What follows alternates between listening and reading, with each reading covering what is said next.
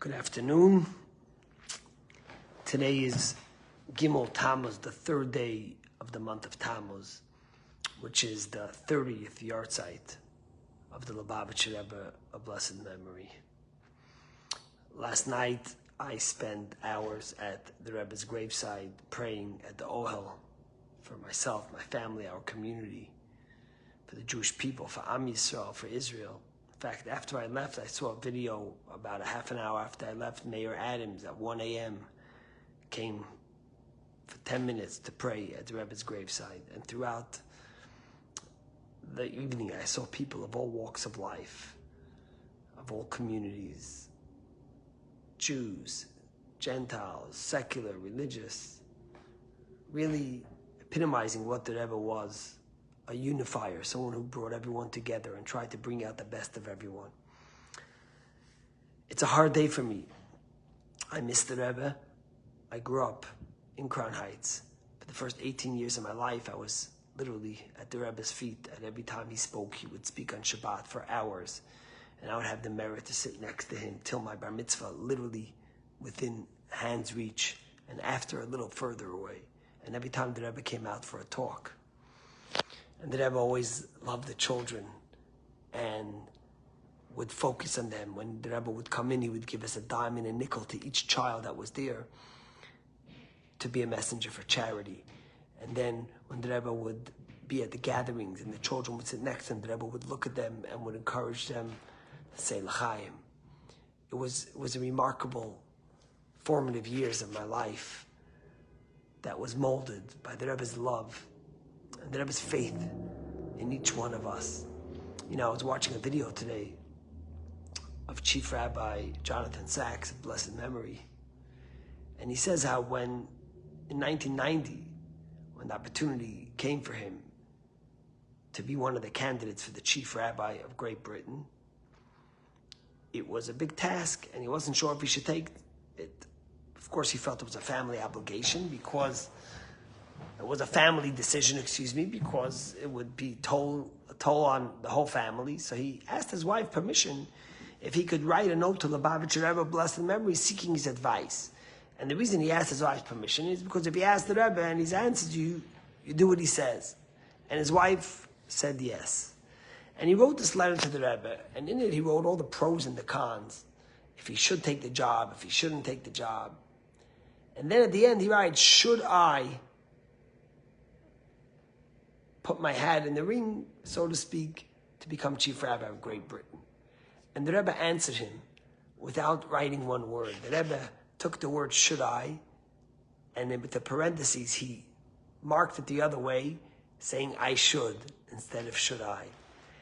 And he said that it was at that moment, he says the great people, and there's a moment in your life when you meet someone who believes in you more than you believe in yourself. And those are the people that change your life. The Rebbe believed in humanity. The Rebbe believed in the Jewish people, in our eternity, the goodness by nature of each human being. And the Rebbe's life goal and mission was to bring out the oneness, the Achdus Hashem, the unity of God that expresses itself everywhere in the world through everything that happens.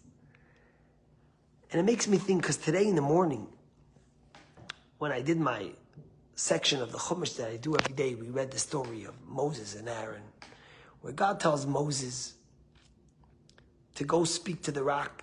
Miriam had passed away. The well came to the Jewish people because of Miriam. And after she passed away, there was no more water.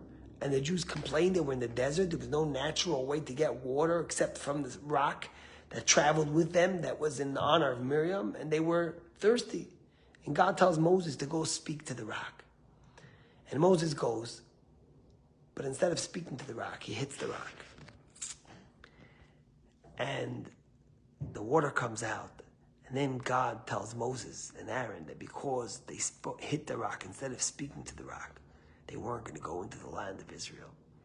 This is one of the most puzzling parts of the Torah. Moses and Aaron, who gave their whole life for the Jewish people, who loved Israel, who yearned to go into the land, because of one mistake that seemed inconsequential. What's the difference if they speak or they hit the rock? And in fact, 39 years earlier, the first time God tells Moses to hit the rock. So maybe that's why he thought you have to hit it. And there's hundreds of commentaries that discuss this, from Maimonides to Nachmanides to even Ezra to the Kli Yakar to Rashi, each one giving another explanation of what Moses did and what he didn't. But one of the explanations given is that it wasn't really a punishment for Moses, but that when the Jewish people left Egypt 39 years earlier, the Jewish people were so hardened, they had such a slave mentality, that the only way to get through to them as a leader was with the stick, forcefully, strong-handedly. And that's what Moses had to do. But 40 years later, when the Jews were a new generation who grew up in the desert, under the loving nurture of Moses teaching them, watching the splitting of the sea, the giving of the Torah at Sinai, the cloud, the well of Miriam, the manna, it was time to talk to them with love and nurture. And Moses and Aaron were leaders that were used and were the leaders that took the Jewish people out of Egypt. And for them, it was too hard to transform and to turn to speaking to the Jews instead of using the stick. And that's why God didn't punish them, but said, this generation needs a new leader. When the Rebbe took over the leadership of the Chabad movement, the Chabad was decimated from the Holocaust and from Stalinism. Even the ones that were survived the Holocaust lived under the brutality of Stalin, the Gulag, under so much suffering. World Jewry was decimated in unprecedented ways. 6 million Jews were killed. There was the Enlightenment. There were people leaving Judaism for other isms, if it was communism, socialism, whatever it may be. The world, the Jewish world, was at the most fragile moment. And the Rebbe didn't hit the stick, the Rebbe spoke to the stick. The Rebbe gave so much love and nurture. He embraced every Jew. He felt where they were. He listened to them at the place that they were. He embraced them. He tried to show them and make sure they could believe in themselves and the great potential they have. That was the gift of the Rebbe. That embrace stays with us today and is the reason why Chabad all over the world is thriving and reaching Jews in the four corners of the world and bringing them closer to their Judaism. I might have told you this story, but I think about it every day, and especially today. When I was a little child, I once sat by Fabrengen, and the way it was all the elders were around the Rebbe, and on Shabbos there was no mic, and the Rebbe was in his late 80s. It was hard to hear the Rebbe. But then right around the Rebbe on the floor, literally near the Rebbe's chair, were where the children got a space. Sometimes 50 children on both sides and then around. Many other children were outside playing, but those were the children that came, and that's where I stood. And the tradition was that the Rebbe would speak for 45 minutes, an hour, on the deepest, most esoteric parts of the Torah, on halacha, on Talmud, on Chumash. And then between each talk, they would sing a song. Chassidim would take a little glass, 1 ounce glass, with a little bit of wine, light wine, like 5%, and would hold it up to the Rebbe. And the Rebbe would look at them and would say, L'chaim v'leveracha, to life and to blessing. And the Rebbe would encourage them to drink it. And one time I was sitting by the Fabrengen, and I had said L'chaim already. And I was playing with my cup. It was a plastic cup, and I was bored. And the Rebbe looks and turns to me, and he's looking at the children, and he sees me holding a cup, and the Rebbe tells me to say L'chaim. And then the Rebbe sees that my cup is empty. And the Rebbe takes his Kiddush cup that was on his table, that he had made Kiddush, that was still half full of wine. And the Rebbe turns to me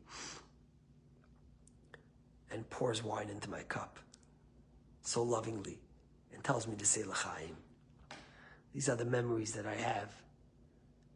And today, 30 years later, I miss the Rebbe so much. And I pray that in some way I can continue fulfilling his mission to love every Jew, to inspire every Jew, to wrap tefillin, to study Torah, to light Shabbos candles, to keep Shabbos, to come to shul, to engage with their Judaism.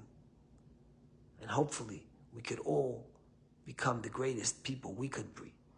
and do one more mitzvah to tip the scale, to bring the world to the time of the Messianic era when the world will be one expression of godliness.